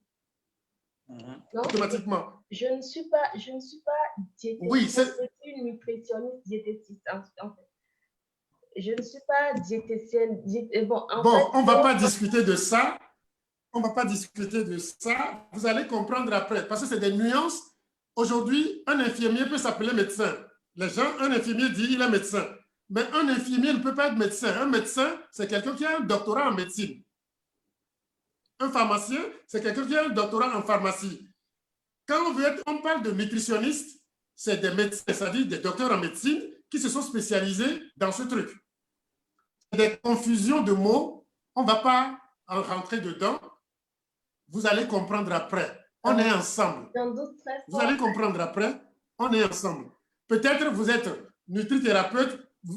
Nutrithérapeute, c'est des mots qui conviennent mieux que de parler de nutritionniste parce qu'il y a des nuances. Vous ne savez pas. Peut-être c'est vos formateurs qui vous ont mis ça dans la tête parce qu'ils veulent vendre leur formation, mais les mots ont leur pesant d'or. On en parlera. Ok, merci. Concernant votre question, je souhaiterais que vous ayez comment l'appelle-t-on, les vidéos des séances à venir et vous allez comprendre. Je ne vais pas faire cette distorsion-là aux gens de la salle. S'il vous plaît, madame. Merci. Ok. Oui, leader Raïssa, n'ayez pas peur, vous aurez l'audio, c'est-à-dire qu'après on enregistre et puis on balance dans les groupes. Vous pouvez même revoir les trucs là sur Facebook. Donc, n'ayez pas peur, même si vous ne serez pas là à la prochaine séance, on va tout enregistrer et on va envoyer dans les groupes sur Facebook et vous allez tout écouter. Donc, on va alors donner la parole à Eva Diba. Eva Diba, bonsoir. Bonsoir. Oui, vous avez la parole, monsieur Eva Diba. C'est madame, merci. C'est madame, ok, autant pour moi. Madame Eva Diba, vous avez la parole. Oui. Merci. Merci beaucoup, docteur, pour les éclaircissements, la conférence. Ma question n'est pas spécifiquement par rapport au cancer. Je ne sais pas si je peux la poser aujourd'hui. Oui, allez-y, posez. Je suis les analyses. Posez. Non, pas sur les analyses non plus. Allez-y. Le savon. D'accord, le savon de AIM. Oui. J'avais des démangeaisons chaque fois après mon bain. Mais depuis que j'ai commencé par utiliser le savon, je n'ai plus les démangeaisons. Par contre, j'ai des boutons qui apparaissent sur le corps par endroits. Donc, je ne sais pas si c'est une réaction suite à l'utilisation du savon. Je l'utilise, ça fait pratiquement 3 semaines maintenant. Je ne saurais vous répondre avec précision parce que vous aviez des démangeaisons. Et quand vous avez commencé à utiliser le savon, je ne sais pas si c'est Oxygène Bar ou bien c'est l'autre que vous utilisez, et puis vous avez constaté que la démangeaison a disparu. Maintenant, il y a des éruptions, des boutons, c'est ça? Oui, oui, docteur. Il y a des boutons qui apparaissent au même endroit où il y avait les démangeaisons avant? Oui, j'avais les démangeaisons sur tout le corps après les bains. Je l'avais depuis des années. Oui. Chaque fois quand je finis mon bain, Oui. je dois me gratter partout et c'est très désagréable. Maintenant, c'est sur tout le corps que j'ai également ces boutons. Bon, si vous développez un phénomène allergique ou bien vous avez des toxines qui sont en vous et qui doivent être éliminées par la peau, c'est normal que ces boutons-là apparaissent. Ça ne veut pas dire que vous êtes allergique au savon. C'est que les boutons-là vont apparaître, faire des croûtes et s'éliminer après. Vous devez continuer à utiliser le produit parce que les toxines-là ne peuvent que s'éliminer par la peau. D'accord. D'accord. D'accord. Merci beaucoup, docteur. Les effets secondaires savon, c'est des effets cure. Mais là, au bout de 2-3 semaines encore, on verra. D'accord. Vous continuez à utiliser le savon et vous allez voir que ça va disparaître. J'espère que les boutons ne s'aggravent pas lors et au moment de vos ovulations ou bien des règles. J'espère. Non, pour le moment, je n'ai pas fait la remarque. OK. OK. Donc, continuez parce que, à voir ce que vous avez sur le visage, je crois que... OK, j'ai allumé la vidéo pour vous montrer. J'en ai au niveau de l'épaule là. Vous savez ce que vous allez faire, madame? Oui, vous savez ce que docteur. vous allez faire? Vous prenez mes contacts et puis on va échanger sur WhatsApp. On peut s'appeler et là, je vois tout parce qu'on ne peut pas vous exposer sur certaines choses directement parce qu'il y a la discrétion qu'il faut. Et je vous dis ceci, continuez le savon parce que j'ai l'impression que c'est un effet cure. Ce n'est pas un effet secondaire du savon et vous serez encore plus belle dans les semaines et les mois à venir. Merci. Merci beaucoup. Merci beaucoup, docteur. Bon, nous sommes toujours en phase de questions. La salle, vous êtes là? Si vous avez des préoccupations, vous avez des apports, on vous attend.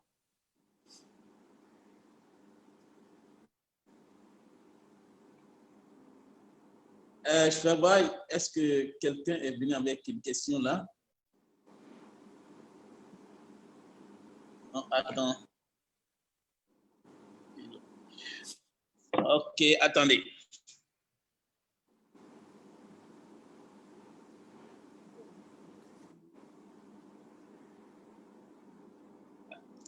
Alors? Oui. Oui. Bon, OK. Docteur, pendant votre intervention, vous avez parlé, vous avez touché à un point qui m'a rappelé quelque chose. Je voudrais partager ça avec les autres. Entre-temps, au Ghana, j'avais un parent qui était malade. Et elle avait un problème de cancer. Et elle était allée à l'hôpital principal Kolebu, que nous connaissons tous, Kolebu, pour aller faire la chimio.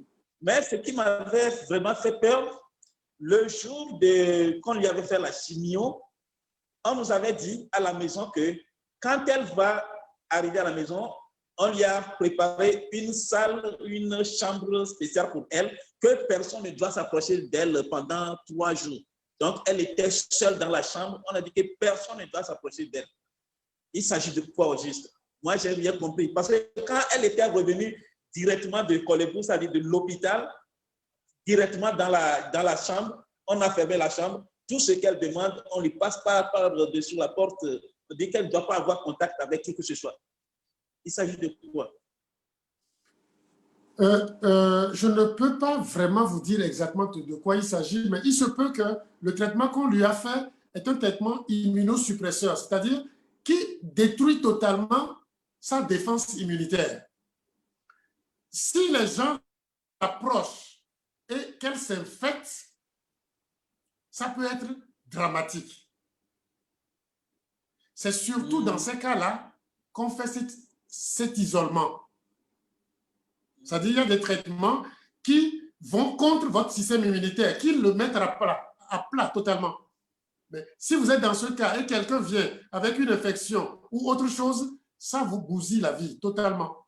C'est dans ces cas souvent qu'on demande que personne n'aille. On isole le patient. Voilà. Ouais, je comprends. Parce qu'elle a été isolée pendant 3-4 jours. Hein. Personne ne s'approche d'elle. Et bon, nous, on avait peur que, bon, est-ce que c'est un produit chimique qui, bon, quand ça sera en contact avec nous, ça va nous faire du mal ou quoi? Non, non, non. J'ai compris votre inquiétude, mais ce n'est pas ça, parce que vous ne pouvez pas être en contact du produit quand on lui a déjà fait et puis elle est à la maison. C'est quand ceux qui travaillent dans les salles de chimiothérapie et autres qui peuvent être en contact de ça et ceux qui ramassent les ampoules dans les poubelles. Je vous dis, en ramassant même les ampoules, les poubelles de chimiothérapie, si vous êtes blessé par une ampoule de chimiothérapie, on doit vous traiter comme un cancéreux. Je sais que c'est ce qui a fait poser la question, mais le cas dont vous avez parlé, c'est souvent des traitements immunosuppresseurs, c'est-à-dire qui détruisent l'immunité de la personne. C'est ces traitements-là qui ont un risque d'infection qui font que pendant une durée, pendant quelques jours, des fois des semaines, on doit isoler le patient pour que vous n'amenez pas vos germes pour l'infecter. C'est ça. Tout. OK. Dieu merci, ce parent dont je parle aujourd'hui, elle est parmi nous, elle est toujours là. Et nous avons rencontré vraiment pas mal de trucs. Ce que vous venez de dire même, que bon, pendant la chimio, que bon, les docteurs qui viennent, ou bien bon, ceux qui viennent leur faire chose, qu'elle s'habille en blouson façon directe. Non, quand vous voyez, dans un vrai un truc de chimiothérapie, les gens s'habillent comme des cosmonautes. On s'habille comme des cosmonautes. C'est ce que vous avez raconté. Que les gens rentrent dans la salle, même toi-même tu les vois là, tu as peur. Oui. Vraiment, la médecine. OK, bon, nous sommes toujours dans la salle. Bon, est-ce que quelqu'un a des inquiétudes? Si quelqu'un a des inquiétudes ou bien des apports, nous sommes à vous. On est dans une séance de donner et recevoir. Donc, on vous écoute, la salle. Pour le moment, il n'y a pas encore de questions. On va voir.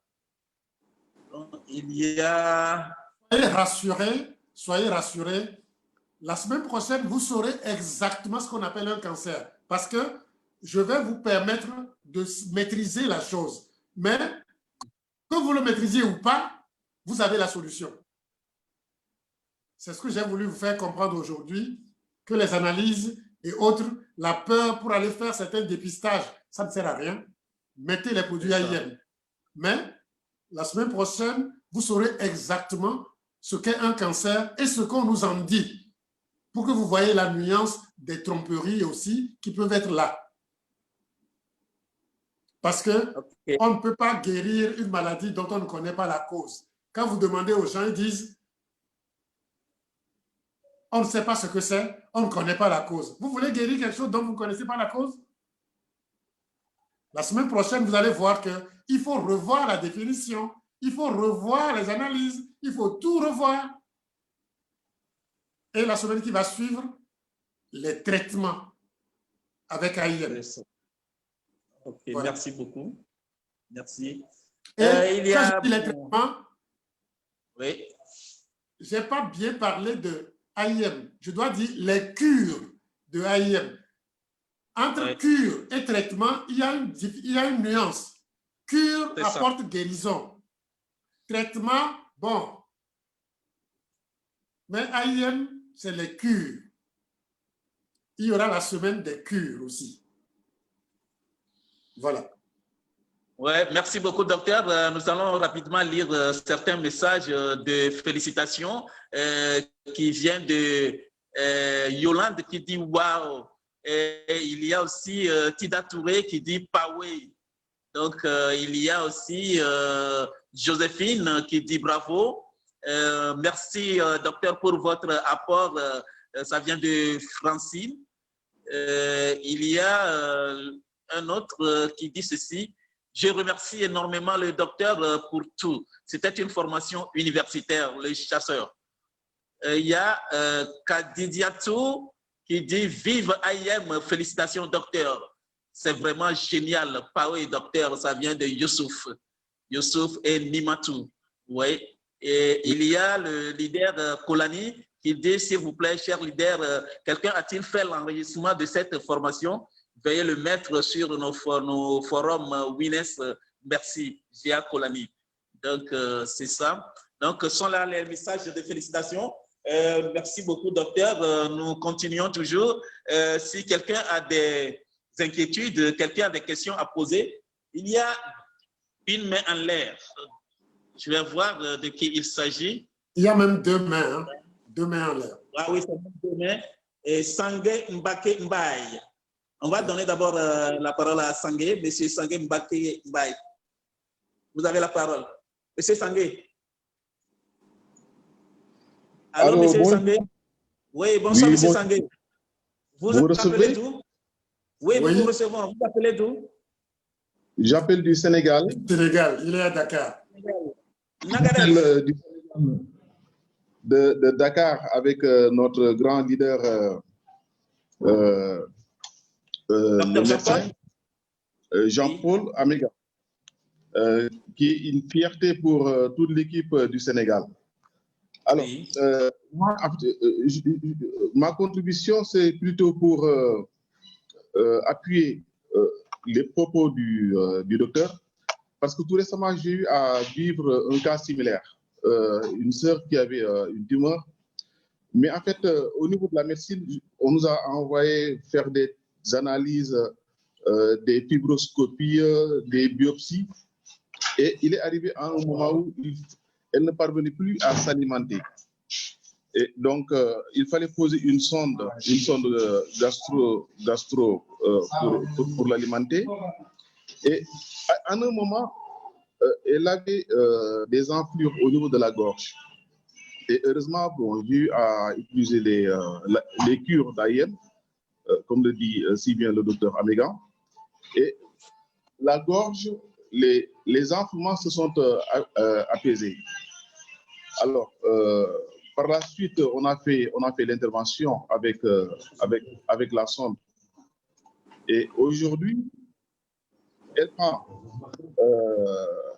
les cures d'AIM depuis la sonde, parce qu'au niveau de la gorge, ça ne passe pas. En attendant, n'est-ce pas, de commencer les séances de thérapie avec la chimio. Mais manifestement, physiquement, déjà, bon, on sent que son état est en train d'évoluer. Et donc, c'est en cela que je viens pour appuyer les propos du docteur Amégan, qui dit que donc, on peut entamer les cures avec les produits d'AIM en attendant, n'est-ce pas, de faire les analyses et tous les protocoles que nécessite le traitement avec la médecine conventionnelle. Donc, c'est une contribution que je voulais faire. Je vous remercie. Merci. Beaucoup, merci. C'est très gentil. Merci, Monsieur Mbake, merci. Vous voyez, ce qu'il vient de dire est très important. Même quand on vous demande des analyses, commencez les produits AIM d'abord. Vous avez la solution. Commencez les produits AIM. Je leur ai faussé compagnie. Aujourd'hui, j'anime encore de Bamako. Je suis actuellement à Bamako. Je vais rentrer en fin de semaine à Dakar. Donc, voilà. Et ceci dit... Maintenant, on va prendre... Oui, allez-y. Alors, docteur, vous savez... Oui, allez-y. Sinon, je voudrais donner la parole à M. Marcos Marcos? Oui. Allô, Marcos? Oui. Et bonsoir, monsieur Marcos. Bonsoir, cher leader. Oui, merci. Bon, vous avez la parole. Qu'est-ce que vous voulez me donner comme apport ou bien question? Bon, c'est une question que je voudrais soumettre au docteur. D'abord, Oui. je lui dis toujours merci pour sa générosité. Oui. Il a encore beaucoup de trucs dans sa judiciaire et je crois que nous allons en bénéficier et encore plus. Longue vie au docteur. Merci. Merci beaucoup. Longue vie à nous tous avec AIM. Merci. Oui. Je voudrais savoir, bon, le corps humain est constitué de, je ne sais pas, j'ai lu quelque part, d'atomes jusqu'à la biosphère. Je ne sais pas, c'est une hiérarchie atomique, on doit l'appeler, je ne sais pas. Il y a les atomes, les molécules, les organites, les cellules, les tissus, les organes, le système. Maintenant, je voudrais savoir à quel niveau nos analyses biologiques, les analyses que font la médecine conventionnelle, à quel niveau ces analyses peuvent détecter un mal sur le corps humain? Est-ce que c'est au niveau, c'est déjà embryonnaire au niveau des atomes ou bien c'est au niveau des cellules, des tissus ou bien des organes? Voilà ma question. Ok, docteur, vous avez la question de M. Marcos. Oui, en fait, qui dit analyse, dire avoir la preuve quelconque d'une maladie. La preuve, on ne va pas dans les autres organes et autres. On va dans ce qui est commun, qui passe partout. Et ce qui est commun, qui passe partout, c'est quoi? C'est le sang. C'est le sang. Et tout ce que nous avons en nous, pour les sortir, c'est par les urines, par les selles, ou bien, moi j'ai fait le quantique, ou à partir de la salive ou de la sueur, tu peux avoir toutes les informations.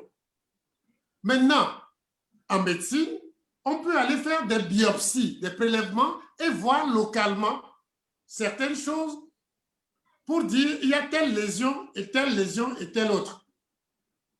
Mais il y a d'autres analyses que la médecine n'utilise pas qui vont dans les atomes et dans d'autres détails, comme dans le quantique. On ne va pas ennuyer les gens. S'il fallait inventer tout ça, ces analyses, pour que quelqu'un survive, nos aïeux n'allaient pas survivre jusqu'à nous. Donc, c'est des trompe-l'œil. Comprenez que ce qu'on peut faire à partir des urines, des selles, la salive, le sang, s'il le faut, suffirait largement. Ça ne me demande pas d'aller dans les cellules. Pourquoi je vous dis ça? Vous êtes dans une société ou bien dans un quartier où plusieurs personnes ont la même maladie. Il ne faut pas chercher à trouver la cause individuelle de chacun et multiplier les solutions individuelles. Pour régler le problème, il faut régler un problème environnemental, un problème général pour tout le monde. Et chaque individu va trouver son compte. Dans notre corps, qui est habité par plus de 80 000 milliards d'individus qu'on appelle les cellules, c'est la même chose. On change l'environnement et chacun trouve son compte. Maintenant, l'environnement a pour témoin quoi? Les selles, les urines, le sang, la sueur, la salive, et c'est tout. On n'a pas besoin d'autres détails. Malheureusement, c'est du business. On s'emploie à ces détails-là, quoique, je vous ai dit tantôt, lorsque vous demandez une analyse à un patient, il faut savoir si vraiment ça lui sert. Si le nombre de patients qui doivent faire l'analyse là pour sauver une vie est trop grand, ça veut dire que cette analyse est inutile. C'est ce que j'ai voulu faire comprendre. On peut aller jusque dans les atomes, jusque dans des détails, mais c'est inutile. C'est vraiment inutile pour la vie. Voilà. J'espère que j'ai pu répondre. Si je n'ai pas pu répondre correctement, qu'il repose la question autrement, je peux répondre. OK. Les atomes et j'espère hormones quantitatifs, on va dans les détails. Oui. J'espère que monsieur... J'essaye de tout faire pour que tout le monde dans la salle soit à l'aise. On n'a pas à élever trop le niveau de science qui n'est qu'une illusion. Voilà. OK, vraiment. Merci beaucoup, docteur. Nous allons recevoir la question d'un leader qui nous suit en direct sur Facebook. Il dit ceci, il se nomme Ingrid Stéphanie. Il dit ceci, merci docteur pour la formation. Ma cousine souffre de l'arthrite et elle a été programmée pour une opération au niveau des genoux. Est-ce que nos produits pourront l'aider pour qu'elle ne subisse pas l'opération? Lesquels et dans quelle quantité, s'il vous plaît? Première des choses, ici, elle parle d'arthrite, ce qui suppose que son articulation, je ne sais pas quelle arthrite, parce que quand on dit arthrite, elle ne dit pas si c'est au genou, si c'est au coude ou à la hanche, ou elle ne dit pas. Elle dit arthrite, tout simplement. Il parle de genoux. Il parle de genoux. Donc, c'est une gonarthrite, c'est-à-dire arthrite du genou. Mais pardon, quand on parle d'arthrite, ça veut dire qu'il y a infection. Quand il y a infection, ça veut dire qu'il y a du pus dedans. Vous comprenez? Il y a du pus dedans. Et quand il y a du pus, ça veut dire que la personne a traîné, ou bien on a fait des manœuvres en ponctionnant, parce que peut-être la personne avait du liquide dedans, de la synoviale qui a augmenté en quantité, et puis on ponctionnait. Et en ponctionnant, on a fini par infecter le genou. Là, il faut aller nettoyer, laver et tout pour que le genou reprenne le truc. Parce que la circulation au niveau du genou est assez particulière que quand c'est infecté, on ne peut qu'aller laver. Laver chirurgicalement. Si c'est une arthrose, c'est tout autre chose. Mais elle dit arthrite. Elle précise arthrite. Ça veut dire que c'est infecté. Voilà. Nécessairement, elle aura besoin d'une ouverture là et des antibiotiques localement et autres, et puis après. Mais elle peut commencer les produits AIM. Si vraiment c'est une arthrite, c'est-à-dire une infection du genou, une gonarthrite, là, il n'y a pas autrement. Mais si c'est une gonarthrose, qu'on appelle malheureusement, c'est-à-dire maladroitement arthrite, il n'a pas besoin d'être opéré. Voilà. Je ne connais pas l'âge du patient, je ne sais pas quoi vous dire. OK. Merci, voilà. Merci beaucoup. Merci beaucoup, docteur. Il y a un autre qui pose, il y a un autre leader, il se nomme Ponyi D. Il dit ceci, bonsoir la salle, bonsoir docteur. La TDAH chez les enfants, comment résoudre ce mal avec les produits AIM? Qu'est-ce qu'il appelle par TDAH? Je ne sais pas trop, mais il a seulement écrit TDAH. Qu'ils nous disent ce qu'il veut dire par ça. Donc, j'espère que lui-même, il est en ligne. Il va encore reformuler sa question et on va lire. Il y a monsieur Roland. Il y a Roland qui pose cette question. Félicitations, docteur. Ma question n'est le terme du jour. Excusez-moi pour cela. Est-ce qu'une femme en début de grossesse de 2 mois peut prendre le Vidamax s'il a des douleurs de bas-ventre? Allô, docteur? Vous avez entendu la question? 2 mois de grossesse. 2 mois de grossesse avec douleur de bas-ventre, il faut se faire examiner. Parce que les problèmes de la grossesse, du premier trimestre de la grossesse, peuvent cacher d'autres choses. Des choses d'urgence.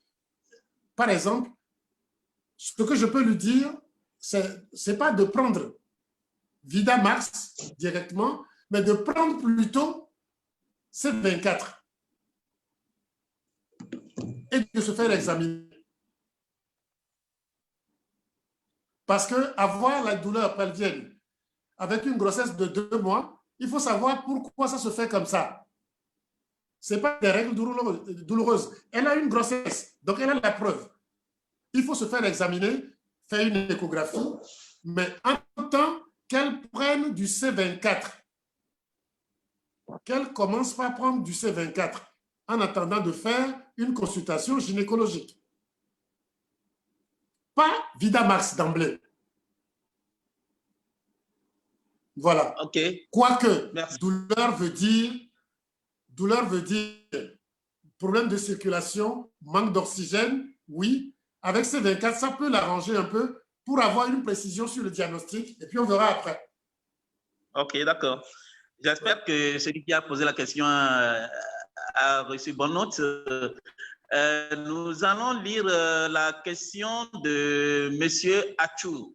Il dit ceci: merci beaucoup, docteur. J'aimerais savoir, s'il vous plaît, comment combiner les produits AIM et antirétroviraux pour un sidéen et à quelle dose? Ça vient de Achou. Vous voyez, quand vous êtes supposé, vous êtes sidéen, vous faites une maladie virale. Les maladies virales n'ont qu'un seul terrain, l'acidose. Les virus se multiplient parce que vous êtes en acidose. Les produits AIM viennent au secours de ça par les antioxydants, les alcalinisants et tout le reste et permettent la circulation correctement. Donc, normalement, vous devez donner des doses de cancer. Je dis bien, vous devez donner des doses de cancer chez des gens qui utilisent les antirétroviraux. C'est ce que je peux dire. Il n'y a pas de dose très limitée. Quand je ferai les doses de cancer, vous allez comprendre. Merci beaucoup, docteur. Il n'y a aucune dose à limiter. D'ailleurs, vos produits peuvent même guérir la personne. Je ne donnerai pas de détails là-dessus pour aujourd'hui, mais donner la dose tolérée. Mais il faudrait donner des doses de cancer à la personne. N'ayez pas peur de l'associer aux antirétroviraux parce que, en fait, n'oubliez pas que les produits AIM ne sont que de la nourriture concentrée. Vous n'avez pas à avoir peur de rien du tout. C'est ça. Seulement, à chaque individu, déterminer la dose. Quand je ferai la cure du cancer, vous allez comprendre pourquoi je dis qu'il faut donner aux sidéens la dose du cancer. Vous allez comprendre. Merci beaucoup, docteur. Merci pour les éclaircissements. On va lire une question ou bien un message venant de Sylvie Bachama. Le message dit ceci: bonjour la salle, bonjour docteur, merci encore pour tout ce que vous faites. Tout ce que vous faites, je viens juste d'apprendre hier qu'une personne proche d'une amie à moi est en phase terminale. J'ai justement pensé aux produits AIM. Je rends grâce à Dieu pour le témoignage que le leader Fabrice vient de donner. Ma question: par quelle dose devons-nous commencer? J'avais posé la question sur Facebook aussi. Excusez-moi la duplication. Merci. De la part de Pauline. Quand on dit la personne est en phase terminale, il y a encore une autre phase après la mort, avant la mort. Ça s'appelle mort imminente. Être en phase terminale ne veut pas dire que vous êtes en mort imminente. Donc, on peut vous sauver encore. Je répète, dans le cancer, quand vous êtes en phase terminale, cela suppose que vous êtes au dernier stade. Mais entre cette phase-là et la mort, il y a ce qu'on appelle la phase de mort imminente. La phase terminale n'est pas la phase de mort imminente. Ça veut dire qu'à la phase terminale, vous pouvez encore sauver votre patient. Donc, il faut mettre, je ne sais pas de quel cancer il s'agit, il faut mettre C24, forte dose, c'est-à-dire aller jusqu'à 6 par jour. C'est ce que je peux vous dire, parce que moi, chez certains patients, je vais à 8, hein, au-delà. On va même des fois jusqu'à 9, docteur. Pardon? On va jusqu'à 9 même. 3 matins, 3 midi, 3 soirs. On peut aller même plus. C'est ça. Je sais de quoi je parle. Oui. Donc, c'est bien. Il faut mettre le patient à forte dose parce que, vous voyez, la personne qui a posé la question ne peut pas tester. Donc, pour le moment, les doses que vous ne pouvez pas tester, si vous le faites, c'est de l'aventure, mais c'est toléré parce que ce n'est pas dangereux. Donc, maximum C24, 6. Restore Life, vous pouvez aller à la même dose. Colé 12, environ la même dose. Vida, la même dose. Ce que je regrette, c'est qu'on n'a pas C suprême. Vous lui mettez ça, en 21 jours, vous inversez la tendance. 21 jours, vous inversez la tendance. C'est-à-dire la personne va quitter la phase terminale pour se retrouver peut-être en première phase ou presque rétabli. Mais ça, je le dis, chaque cas est un cas particulier et le dosage est un dosage particulier. On peut déterminer la dose de chacun parce que je vais vous montrer dans la formation. Chacun a sa dose selon l'état dans lequel il se trouve. On ne peut pas généraliser ça à tout le monde. Ce qu'on peut généraliser, c'est ce qui est commun, c'est ce que je vous dis, les petites doses 10 par AIM ou bien aller jusqu'à 6 capsules. Ça, c'est les limites qu'on peut donner aux gens sans formation. Voilà. Merci, merci beaucoup, docteur. Il y a une autre question qui est là, c'est de Roland. Il dit ceci: merci beaucoup, docteur. Une femme qui a problème de conception, après 2 mois de prise de produits AIM, elle ne trouve plus de règles. Quand elle est allée à l'hôpital pour le test de grossesse, l'assistant n'a rien vu comme grossesse. On procède comment, s'il vous plaît? Mais ça, c'est une aménorrhée. La personne a une aménorrhée, c'est-à-dire qu'elle n'a pas les règles. Il faut explorer pour voir pourquoi elle n'a pas eu les règles. Mais quand on dit les produits AIM, quels sont les produits que la personne a pris? Vous ne donnez aucune information là-dessus. Comment on peut vous aider comme ça? Comment on peut vous aider? J'espère. Oui. Monsieur Roland est toujours en ligne. Bon, il peut encore reformuler sa question et puis nous envoyer. Vous dites les produits AIM, sans dire exactement ce que la personne a pris. D'accord. Il y a Sylvie Bachamé qui dit encore ceci: merci docteur. On peut donc y ajouter de la vitamine C? Oui, vous pouvez ajouter de la vitamine C, mais le problème, c'est que la vitamine C que vous avez sur le marché, je vous ai dit, si vous vous rappelez de ce que je vous ai dit sur la vitamine C, vous ne pouvez pas dépasser 12 grammes par voie orale parce que l'assimilation est difficile. L'assimilation est difficile parce que c'est de la chimie. Vous voyez, c'est pour ça, vivement, c'est suprême. Parce que dans des cas comme ça, il faut de fortes doses. Donner de la vitamine C à la personne, vous pouvez donner jusqu'à 10 grammes par jour. Si la personne peut assimiler, je ne sais pas dans quel état il est, mais si la personne peut assimiler, donnez jusqu'à 10 grammes par jour. Voilà. Merci beaucoup. Merci docteur. Merci. Nous arrivons comme ça à la fin de la séance. Si quelqu'un a encore quelque chose à dire, que bon, la personne il y a... Bon, j'espère qu'il n'y a plus de questions à poser. Le temps imparti est presque passé. Nous remercions tous ceux qui ont participé à la séance d'aujourd'hui.